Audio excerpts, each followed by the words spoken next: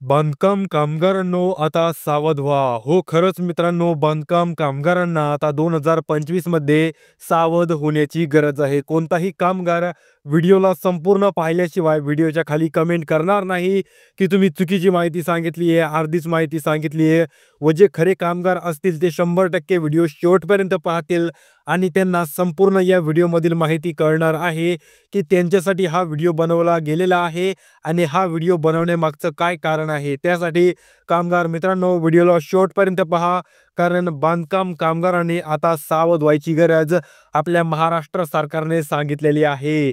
यामागे किती खरं आहे, कोणत्या कामगारांना सावध होण्याची गरज आहे, कोणते कामगार या ठिकाणी फसणार आहेत. जरी तुम्ही खोटे कामगार असाल, खरे कामगार असाल, तरी देखील तुम्हाला हा व्हिडिओ पाहणं गरजेचं आहे.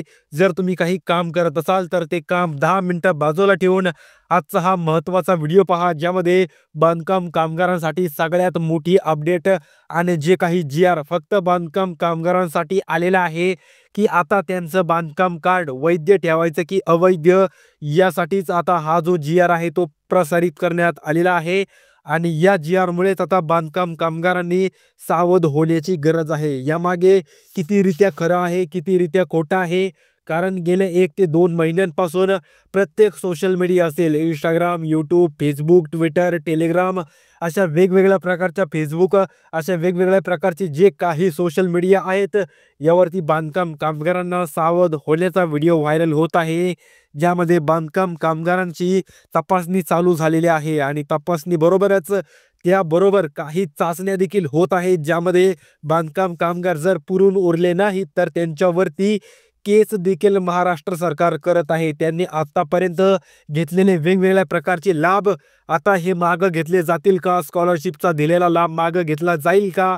त्यानंतर भांडी वाटप, पेटी वाटप, आता नवीन वस्तुसंच वाटप, हे संपूर्ण झालेले वाटप पुन्हा मागं घेतले जातील का? अशा वेगवेगळ्या प्रकारचे प्रश्न प्रत्येक बांधकाम कामगारांना पडलेले आहेत. पण जो बांधकाम कामगार व्हिडिओला शेवटपर्यंत पाहिल त्याला या संपूर्ण प्रश्नांचं उत्तर मिळणार आहे. त्यामुळे व्हिडिओला शेवटपर्यंत पहा, व्हिडिओला लाईक करा, चॅनलला सबस्क्राईब करा, कारण बांधकाम कामगार योजनेअंतर्गतच व्हिडिओ आपल्या चॅनलवरती येत असतात. अशा महत्त्वाच्या अपडेट असतील किंवा नवीन असणाऱ्या योजना असतील, या संदर्भातील संपूर्ण व्हिडिओ आपल्या चॅनलवरती यूट्यूबवरती सगळ्यात अगोदर आपल्या चॅनलवरती येतात. त्यामुळे आत्ताच या व्हिडिओला लाईक करून सबस्क्राईब करून ठेवा, की जेणेकरून हे चॅनल हरवणार नाही आणि भविष्यात येणारा प्रत्येक व्हिडिओ सर्वात आधी तुम्हाला पाहायला मिळेल. आता बांधकाम कामगारांसोबत काय होणार? आता प्रत्येकाला प्रश्न पडलाय, आम्हाला सावध होण्याची गरज काय आहे? आमच्यासोबत आता काय होणार? आम्हाला मिळालेले लाभ मागे तर घेतले जाणार नाही का?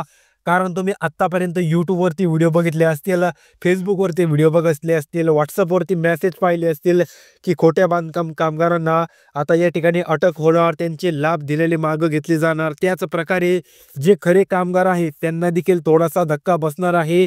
त्यांनी भरलेले लाभ पुन्हा एकदा बॅकग्राऊंड व्हेरिफिकेशन केलं जाणार. ते त्या लाभासाठी खरंच लाभार्थी ठरतात का, याचा विचार केला जाणार आणि त्यानंतरच त्यांना त्या योजनेचा लाभ दिला जाणार. अशा प्रकारचे वेगवेगळे मिथ पसरत आहेत आणि यामध्येच बांधकाम कामगारांना खूप मोठे प्रश्न पडत आहेत, की आता या ऑगस्ट महिन्यामध्ये बांधकाम कामगार योजनेअंतर्गत जे काही नवीन मोठे बदल झालेत, यामध्ये बांधकाम कामगारांना सावध होण्याची का गरज आहे? त्यांना का सावध होण्यास सांगितलं जात आहे? यामध्ये खऱ्या बांधकाम कामगारांना तोटा होणार का? त्यांना लॉस होणार का? त्यांना अडचण पाहायला मिळणार का? खोट्या बांधकाम कामगारांसोबत काय होणार?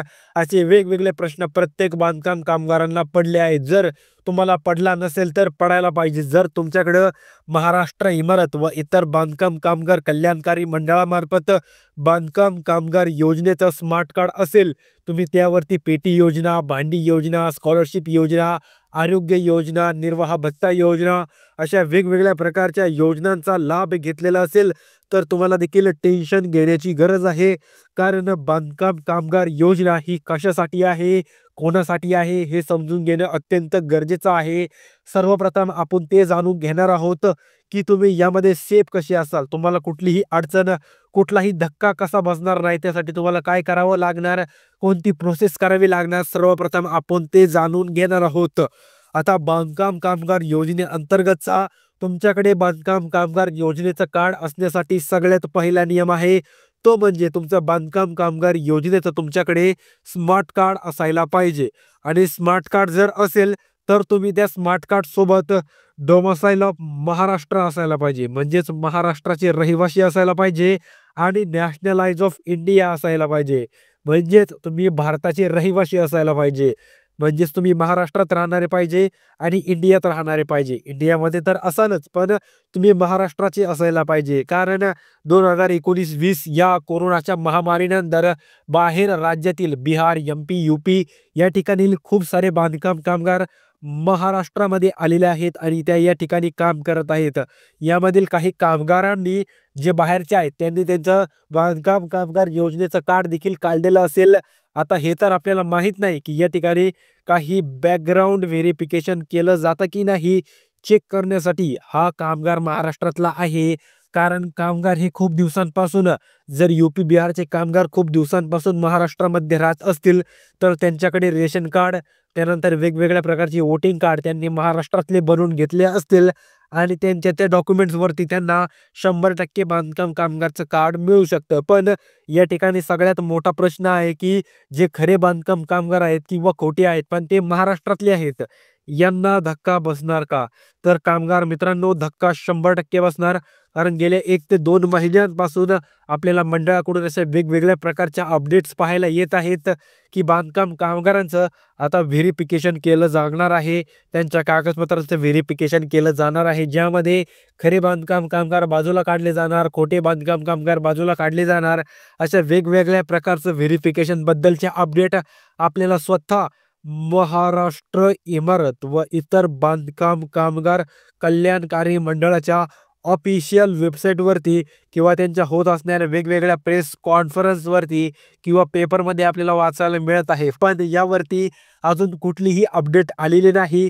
यावरती अजून कुठलाही ॲक्शन अंमलात आणलेला नाही. आत्तापर्यंत कुठल्याही बांधकाम कामगाराचा दिलेला लाभ मागं घेतलेला नाही. पण असं सांगितलं जातंय की ज्यावेळेस व्हेरिफिकेशन होणार आहे, खरे बांधकाम कामगार आणि खोटे बांधकाम कामगार छाटले जातील, त्यावेळेस खोट्या बांधकाम कामगारांसोबत काय काय केलं जाईल या संदर्भातील माहिती अजूनही आपल्या समोर आलेली नाही. त्यांना दिलेले लाभ मागे घेतले जाणार की नाही या कामगाराच्या प्रश्नांना लवकरच उत्तर मिळणार आहे. आपल्या चॅनलवरती सगळ्यात अगोदर तो व्हिडिओ आल्यानंतर सगळ्यात अगोदर आपल्या चॅनलवरतीच अपलोड होणार की खोट्या बांधकाम कामगारांना काय प्रॉब्लेम येणार, खऱ्या बांधकाम कामगारांना काय प्रॉब्लेम येणार. यासाठी तुम्हाला आपल्या चॅनलवरती कनेक्ट राहायचं आहे. कनेक्ट राहण्यासाठी आत्ताच व्हिडिओला लाईक करा, चॅनलला सबस्क्राईब करा आणि हा व्हिडिओ बाकीच्या सर्व कामगार मित्रांमध्ये शेअर करा, ज्यांना ही माहिती नव्हती. ही माहिती कळल्यानंतर ते तरी ॲक्टिव्ह होतील. तर भेटूया पुढील महत्त्वाच्या व्हिडिओमध्ये. तोपर्यंत रामकृष्ण हरी.